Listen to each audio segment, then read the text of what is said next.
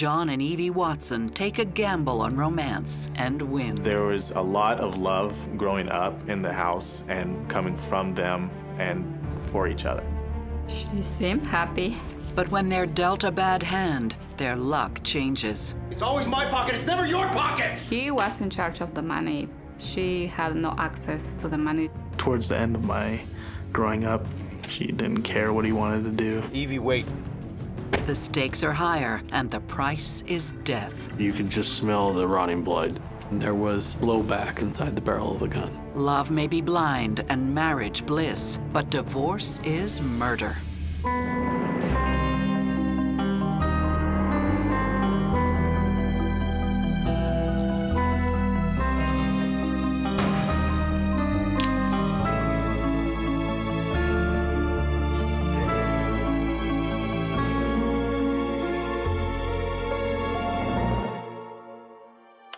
It's 1994 when Eevee and John Watson ask their two older sons a very important and unusual question. They disclosed to us that they were considering getting divorced, and they wanted our opinion on it.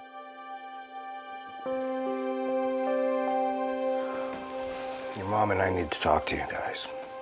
We were thinking of taking a break from each other, just separating. You mean getting a divorce? Yes, I guess so. We didn't care to hear the reasons. We just told them we don't want you to split up. John and Eevee take their kids' advice, even though the passion that brought them together decades ago has faded away. There was a lot of love growing up in the house and coming from them and for each other.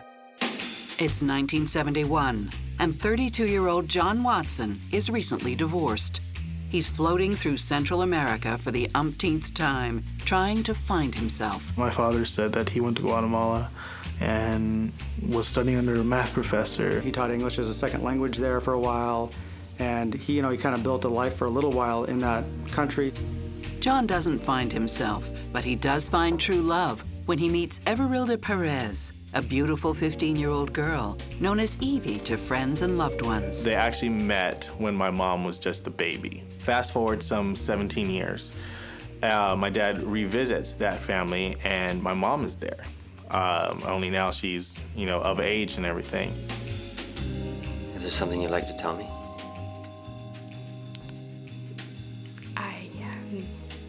I would like to be able to say in English que estoy muy feliz que nos conocimos. Before long, they're inseparable. From there, it just blossomed. So they wound up getting married in Guatemala. The main reason why they got married so quickly is for naturalization paperwork. Just to bring her over, I'm sure they needed to be married. He flew back to the U.S. and she stayed there for 6 more months, and then she came to the U.S.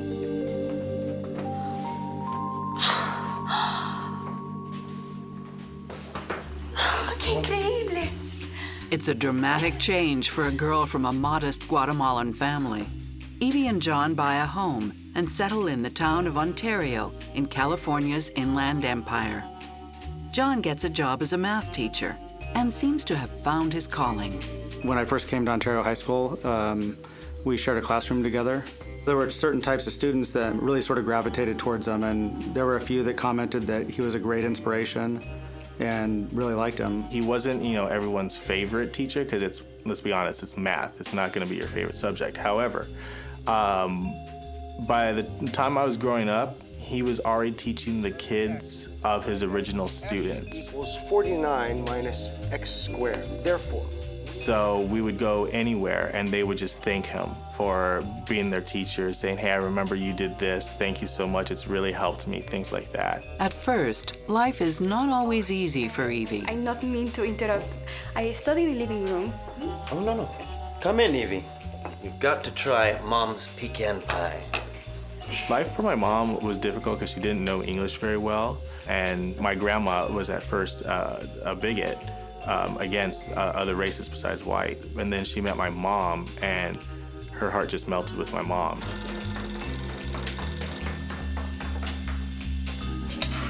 Hello, Mami. El vuelo sale a las 8. Chao, te amo. Eevee's homesickness is helped by regular visits to see her family in Guatemala. She went down there every year. She went down there to bring all of them clothes and just take down some money that she could to help the family out. And gradually, she starts to enjoy the California lifestyle. She liked to gamble. She liked to party, and she got her driver's license pretty quickly and started driving everywhere. She seemed happy. Happy Mother's Day! Oh, qué lindos. 17 years after Eevee's arrival, she and John are leading a comfortable, typical suburban life. 3 sons, a nice house, and a seemingly happy marriage. My parents, as a couple, seemed to be in a loving relationship. I mean, every Mother's Day we made breakfast in bed. Every Father's Day we went out to lunch. We all ate at the same time and watched movies together. We just did everything together. Set and go. John schools them in his passions, especially judo. See, not so bad. All you have to do is twist out of it. He was looking for something to have his kids focus on, and and judo gave them something to do as a family and go to the tournament. He had all 3 of his boys in judo. 2 of them are black belts.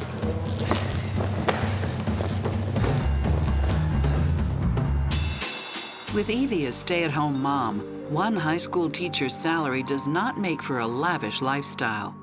But every year, John and Eevee treat themselves to a trip to Las Vegas. When they get to Vegas, they would just kind of split up. My mom absolutely loved the slot machines. Buena suerte. You too. She would stay there for hours, eat a buffet, get some sleep, and then go back at it. My dad, on the other hand, he's a math guy, so he would always develop new strategies for making money off of the blackjack table.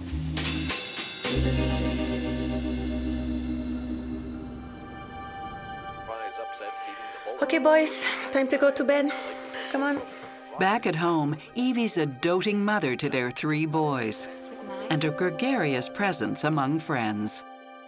She was very loud and outspoken. If she sees you and you're not talking to anyone, she'll go ahead and I'll go over there and start talking to you, and you become her friend. She had this brilliant laugh that would just carry for miles. What's the matter? You getting soft? 20 more, let's go. Come on. In contrast to Eevee's sunny disposition, as John gets older, he's increasingly stern with his students and his children. Down. My dad is always very strict, and if you didn't say yes ma'am, yes sir, you would do push-ups. He was early to everything, and if you were late, he would leave. It was definitely a machismo family with John calling all the shots, and everyone else knew their place. He was the head honcho. 2.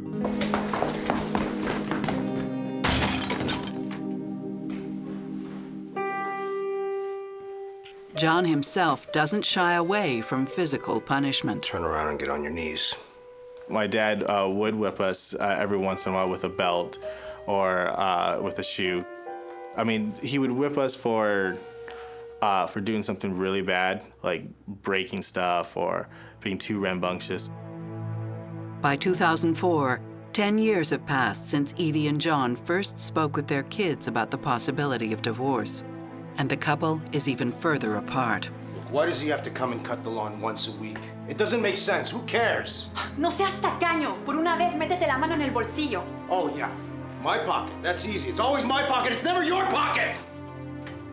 My parents did argue around the house, but then they would just go to their separate corners and just cool off. Some of those arguments were about finances. They kind of just seemed to no longer be in a loving marriage. My mom would go with her friends more often. My dad would be by himself on the computer all the time. I'm going out. Again? If you're hungry, there's chicken in the fridge. If she wanted to go out late that night, he would be against it. And towards the end of my growing up, she didn't care what he wanted to do. She started getting a little bit more ballsy. She got to go out more, to go do her own thing without his permission. He just became complacent and was like, okay, whatever you want. Eevee finds a job, making her even more independent. She became a cafeteria worker at first and then became the supervisor of the cafeteria for an elementary school. When she started working is when she had access to her own money. Oh, she loved her job. Forensic psychologist Dr. Brian Russell and psychotherapist Stacy Kaiser see two people who are drifting further and further apart. When Eevee and John first met, Eevee was naive, innocent, and very dependent on him. But after having some time in the States and growing up and coming into her own and raising children, Eevee started to change. She became more independent, she developed her own social circle, and I think that put some pressure on the relationship. John and Eevee turn out to have some pretty significant personality differences, and that really isn't surprising given the fact that they got married at a time when she was too young to really even know exactly how her personality was going to develop. On top of that, they didn't really give themselves that much time to get to know what differences might have been visible at that time. It's really not that surprising to find out that two people who started out the way they did are not necessarily that compatible down the road. It's so common in marriages for people to change, but when you feel like your spouse has changed so much, like what's happened with Eevee, it can make someone like John very nervous, and it can make him agitated, and it can make him worry, and that dynamic can hurt the relationship. At the age of 48, Eevee admits to friends that this time she definitely wants out of the marriage. It would have been a good junction for her to say, okay, I'm done. You know, I helped you raise the kids, now I'm going my own way. Problem is, John doesn't want to let her go. No one wants to tell their significant other that they're gonna die. She took the money, her ATM card, and took off. John and Eevee Watson prolong their unhappy marriage for the sake of the kids. But by 2004, with the boys about to move out, Eevee is thinking of calling it quits. She hasn't told her husband yet, but from what John tells his friend Dave Guerrero, he already knows. What's up? It's Eevee. I think she wants to leave me. That's really too bad. I'm really sorry to hear that.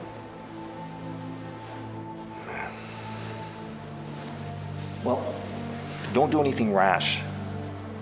You know? It's cheaper to keep her, you know? Believe me. Dave was trying to say, well, maybe you want to work it out. I think Dave's been through one marriage himself, so he probably was relating it to his own situation and trying to give him some good, friendly advice. Mi amor. Mi amor. Look. After 30 years of teaching, John has saved nearly $500,000. He was the typical math teacher that wore the old button-down shirt that was super thin and old. He didn't buy clothes ever. He just worked all the time and never spent money. He just sort of stockpiled it. I have this one you're gonna like. John fears that a divorce would hit him where it hurts the most, in his wallet. I'll look at them later. Oh, okay. He was concerned that if they were divorced, she would obviously take half of his investment money and probably half of his retirement. Eevee is 49, with retirement still a long way off. But John is 67 years old, and he might need every penny he's saved. I have prostate cancer. I got diagnosed last week. Are you serious? Like, this is no joke? I wasn't prepared for him to tell me anything like that. You grow up thinking that your parents will live forever. I want to tell Eevee myself. When? I don't know. Just don't say anything, all right? John decides not to tell his wife about the cancer. No one wants to tell their significant other that they've known for an extended period of time that they're gonna die, or if they're that close to dying. Are you okay? Yeah, I'm all right. Just tired. There might be another reason to be embarrassed about his diagnosis. John's in the early stages of the disease, but the medication he's been prescribed is already having some adverse side effects. The prostate cancer had caused impotence, and he doesn't want to tell the problems as it relates to his performance. John and Eevee's marriage is in a fragile place. They've already told their kids that they might split up. He thinks that Eevee doesn't want to be with him anymore. And so this really isn't the prime situation for a person to want to lean on a spouse. And I think that may be what's going on with John, is he's not ready to share this information with her because they're not close anymore, and he doesn't know if he can even trust her. He may not want her to stay out of pity, or if he's concerned that he might have some sexual side effects from the treatment of the cancer, he might be worried that that would just add to the problems that they're having in the marriage, maybe make it more likely that she would want to leave him. John's used to being in charge. He's the one who's used to being in control, and she was dependent on him. And this cancer diagnosis really does turn the tables on their whole dynamic. This would be a situation where he would need to lean on her, and I don't think he's ready for that. Eevee remains in the dark about her husband's medical condition. And when she buys a plane ticket for Guatemala, John suspects the worst, that she's about to leave him. A number of family members talked about the fact that she was planning on going to Guatemala to visit her family, as she did quite regularly. But there was some discussion about maybe she wasn't coming back, or if she came back, she wasn't coming back to John. In an attempt to change Eevee's mind, John sets a plan in motion. My dad planned a surprise birthday party for her. He told my brothers and myself to keep it a surprise. Come on, Mike, hurry up. Your mom's gonna be home soon. It was for her 50th birthday. It was surprising for me because he never planned a birthday party for her before. Surprise! The party is a great success. I'm not dressed. Look, my hair. It was a huge surprise to her that she got this big birthday with all her friends. She was in tears, happy tears. It was just a very wholesome, nice party. But John wants to do more. What's this? Open it.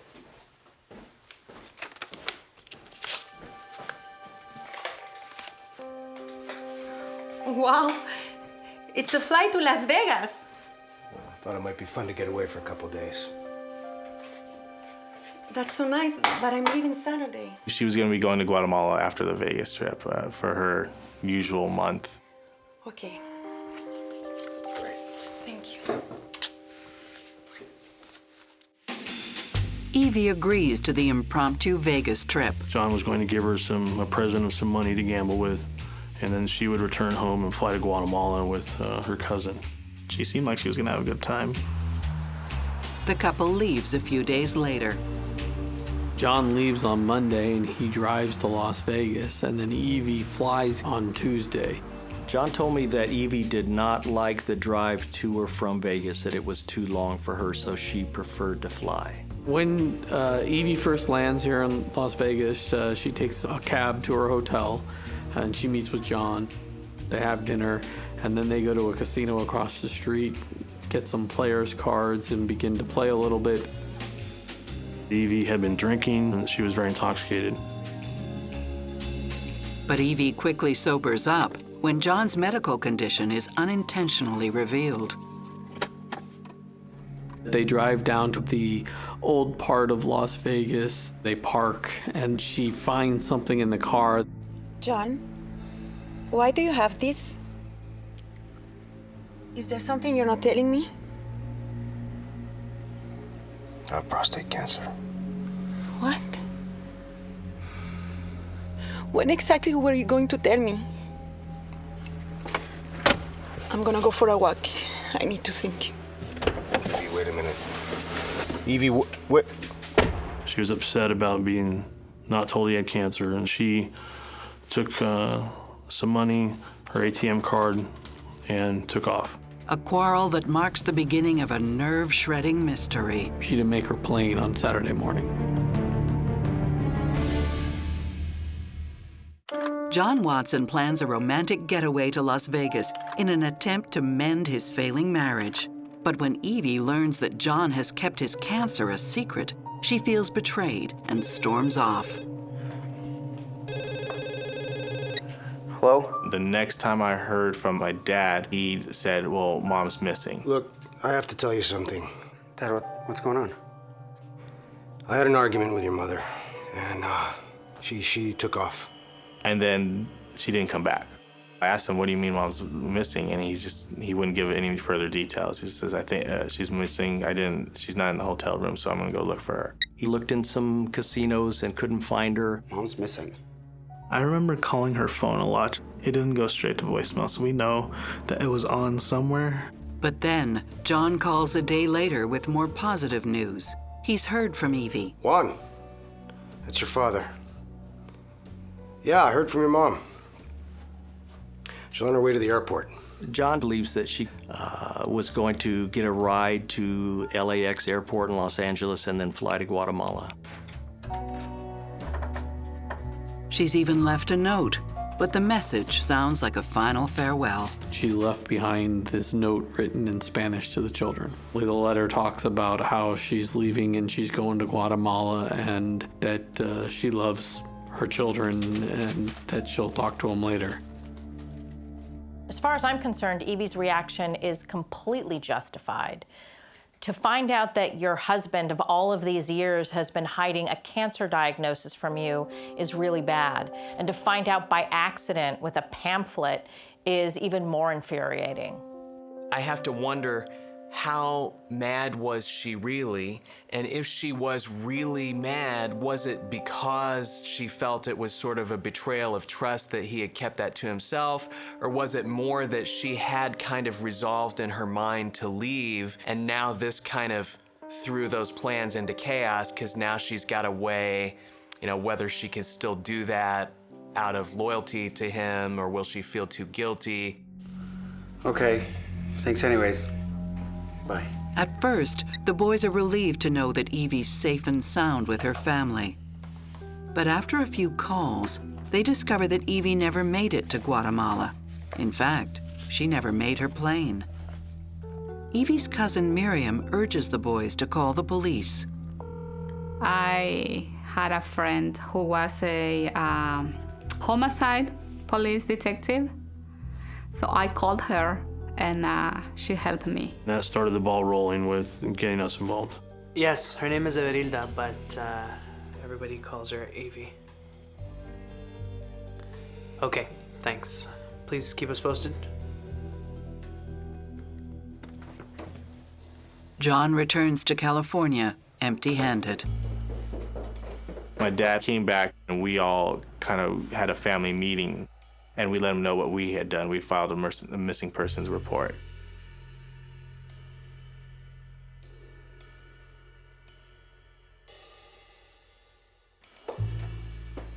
The next day, shortly after Juan Watson makes the missing persons report, Ontario police detectives go over to the Watson home to try and ferret out what's going on. We found John. He was in a small computer room that they have off of the living room of the house. We brought him out to the living room to sit down with him and try and figure out what had happened. I mean, a lot of what we had was sort of open-ended. We needed to ask him some questions to figure out if she was missing or what he actually knew about her. So prior to the argument, she was in good spirits? Yeah, she was fine. During the course of talking to him, he consents to allow them to sort of look around. Does she know anyone else in Vegas? Friends, family? No, nobody. And as they look through the house, they find nothing that raises suspicion. We located a .22 caliber handgun in a dresser drawer.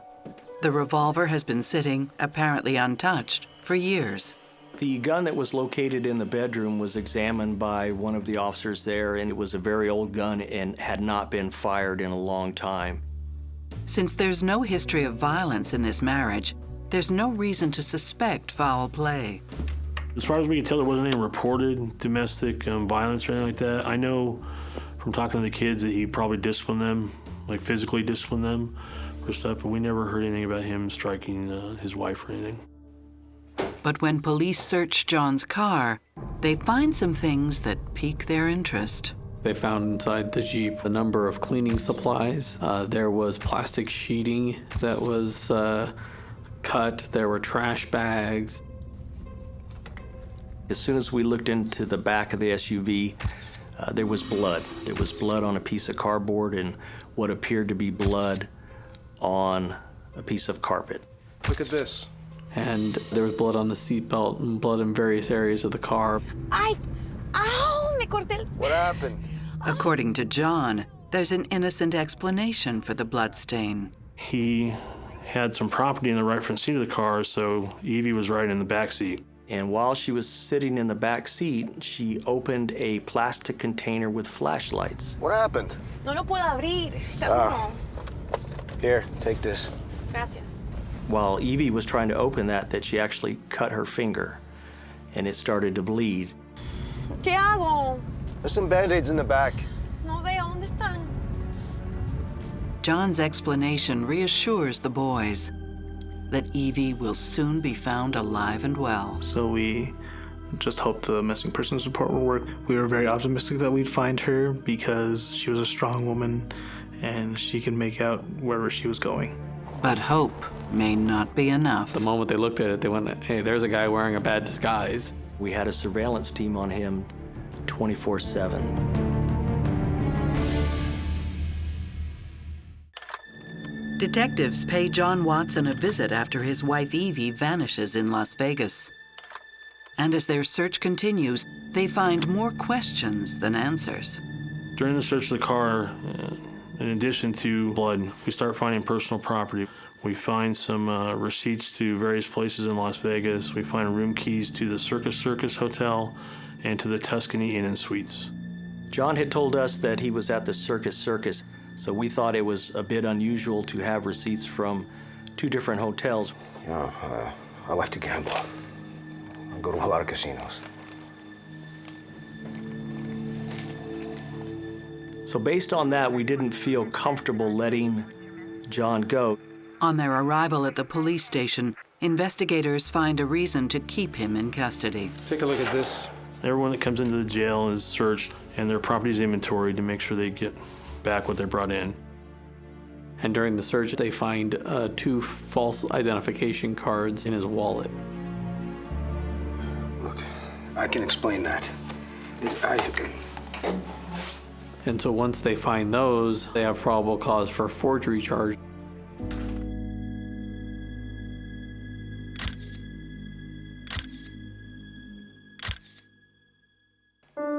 John does not explain the false IDs, and 2 days later, he posts bail.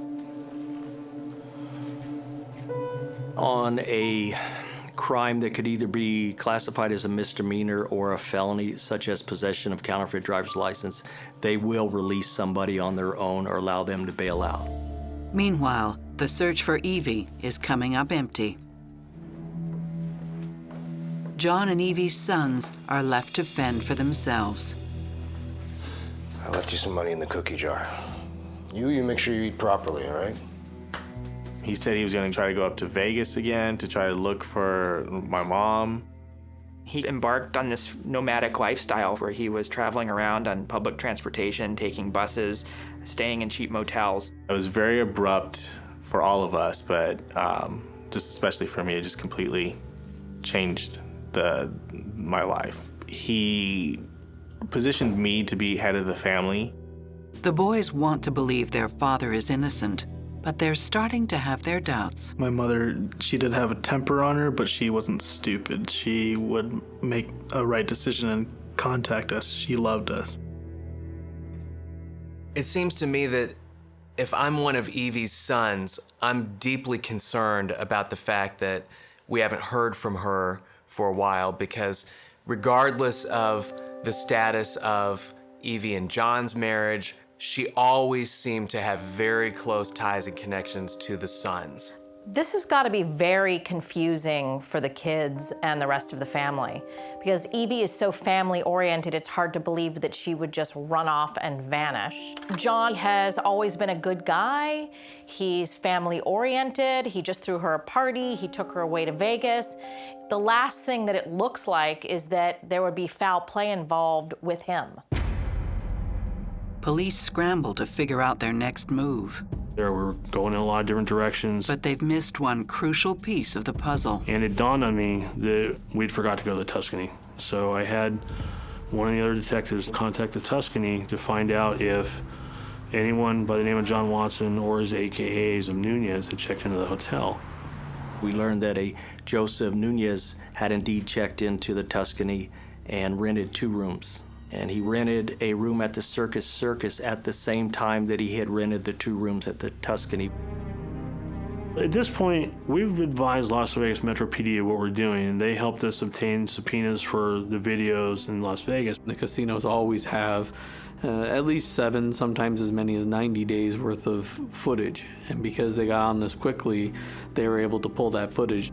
When Vegas police watch the Tuscany Hotel security footage, there's no sign of Eevee or John. But there is a sign of something amiss. The moment they looked at it, they went, hey, there's a guy wearing a bad disguise. And what they realized that this person checking in was John Watson wearing a disguise. He was wearing a dark wig and mustache and walking with a cane using the fictitious driver's license and name. And it's what they find inside room 120 that will cement their suspicions. While the detectives were at the Tuscany, they examined the 2 rooms, which were right next to each other. The room of interest was room 120. They searched the room and found what appeared to be blood in the bathroom. And then once they pulled the carpet up, they found that the padding was also soaked with blood. And room 118 has no blood. That one's clean. That was the first time that we felt we had the crime scene, and that was a significant part of our investigation to discover that. John is now the prime suspect in the disappearance of his wife, Eevee, who's been missing for a week. We began to tap his cell phone. We had a tracker on his vehicle, and we had a surveillance team on him 24/7. He manages to dodge police for a while. I think that he became aware that we were surveilling him. He started using what we would call counter-surveillance driving techniques. At one point, he pulled out the freeway on a pretty desolate stretch and watched cars, and he was using a pair of binoculars.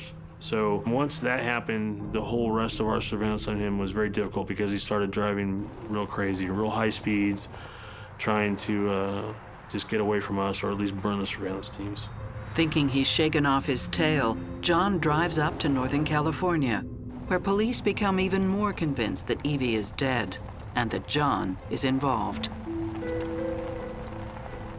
They followed him to a dump site, I think it's called the Fairview Dump, where people routinely dump concrete and that sort of thing, way up north in Northern California. They waited for him to leave, and they found some empty dry ice bags. They found a large piece of sheet plastic. The plastic appeared to have tissue inside of it, so that was collected as evidence. That was significantly covered in blood. You could just smell the rotting blood. They flew it directly to the San Bernardino County Crime Lab, which does all our DNA testing and all that stuff, to have them compare it to the plastic that we pulled out of John Watson's car. While they wait for the DNA results, police turn their attention to John's recent purchases, which leave little to the imagination. Through examining his financial records, we had learned that he had made purchases in downtown Las Vegas. One, which was a bandsaw, which was the type of saw a meat cutter might use. He also bought large sheeting of plastic. He bought plastic gloves, bleach, deodorizer spray, trash can bags, and incense. Even though they haven't found Eevee's body and can't prove she's dead, police have enough evidence to issue a warrant for the arrest of John Watson. Only he slips away again. They believe that he was in a hotel room in Orange County, and the police assembled around the hotel room, and they were sure that he was up in there in his room, and they all stormed in to get him, and he was gone.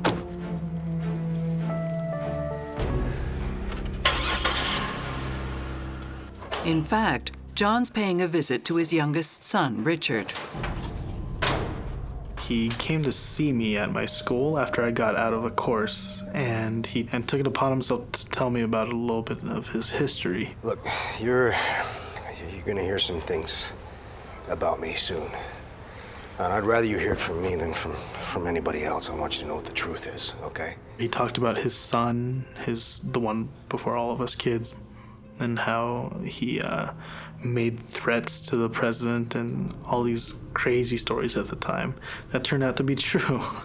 Police later confirmed John's stories with his first wife, and she reveals some startling details of her own. During our conversation, she told me that John was arrested by the Secret Service for making threats to then President Nixon. We confirmed that he actually was.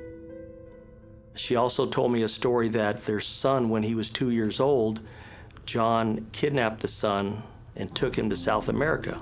This story was found to be true. She said when he came back to Texas that he actually burned their house down. We confirmed that story was true also. He was arrested for arson. That's it? That's everything? No. This math teacher and family man's criminal past is worse than anyone imagined. While John was in custody in Texas, he told the authorities of a story that took place in Oklahoma where he kidnapped a girl and murdered her. He confesses to them, and they take him out to the field, but they're never able to find the body, so he never got charged with that crime. But John still serves time on the arson charge. He went to prison for a short period of time, and then after he got out of prison, he became a math teacher for 30 years. The function f of x is defined as f equals 49 minus... At the end of his confession to his youngest son, John drops an even bigger bombshell. He says, "I'm sorry to tell you this, but your mother shot herself."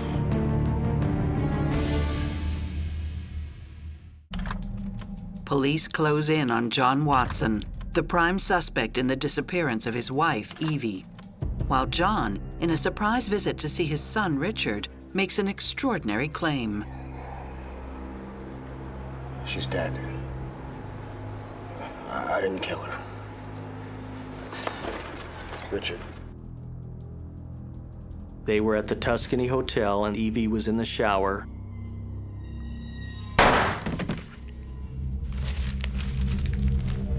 And he went into the room and found her dead. Oh, Jesus. Eevee! While she was in the shower, he rinsed her off. He panicked, and then he admitted to cutting her up.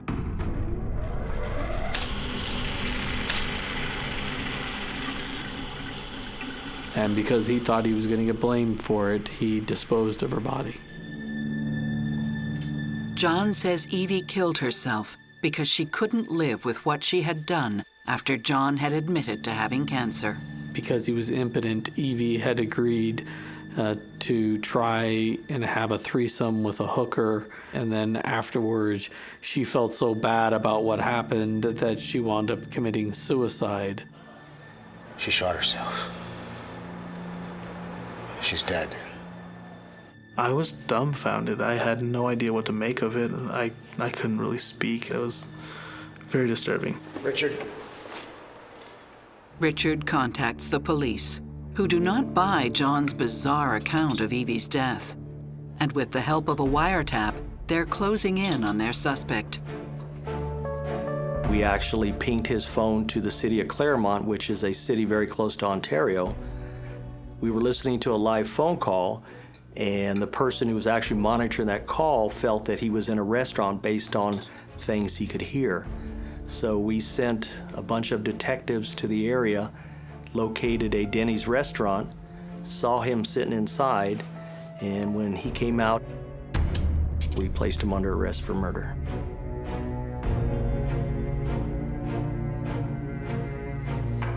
Located on John when he was arrested was a bus ticket to El Paso, Texas. He had a fake ID, disguise, and several $1,000s in cash, and it looked like he was trying to flee the country. El Paso's a major crossing from Texas into Mexico, and he was fleeing the jurisdiction. There was no question about that. They brought us into the police station, and that's when a detective came into the room and told us that our mother's dead and that my dad's responsible. Your mother's gone. And your father was the one who murdered her. The man I grew up with was strict, but he wasn't crazy. It was just mind-blowing. It just seemed like a totally different person. It's the first time that all three of us brothers kind of cried together and kind of supported each other. And it was the first time that I felt like family again.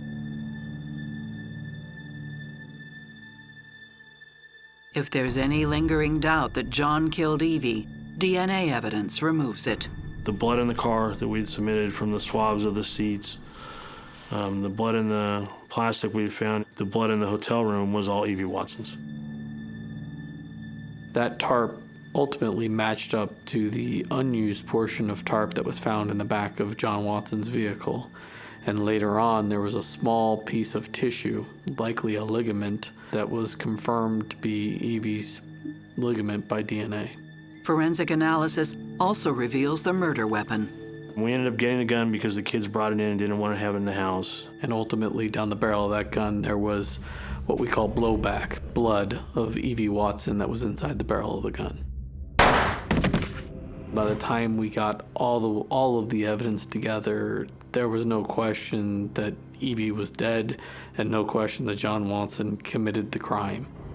Now, prosecutors need to flesh out their theory of how Eevee died. N120 is a corner room in one of the back buildings at the hotel. I think he wanted to have free movement inside and out of the room quickly where not a lot of people would see him. What we are doing here, John? I thought we were going to Circus. Yeah, we are, but I have one more surprise for you first. Another one? Yeah. You're gonna love it. Okay, let me go to the washroom first. John somehow convinced her to get into room 120. Once she was inside, John took the .22 and shot her in the head. Hey! He likely packed her in dry ice for a period of time. Then he went and he purchased a bandsaw, and then ultimately he dismembers her body.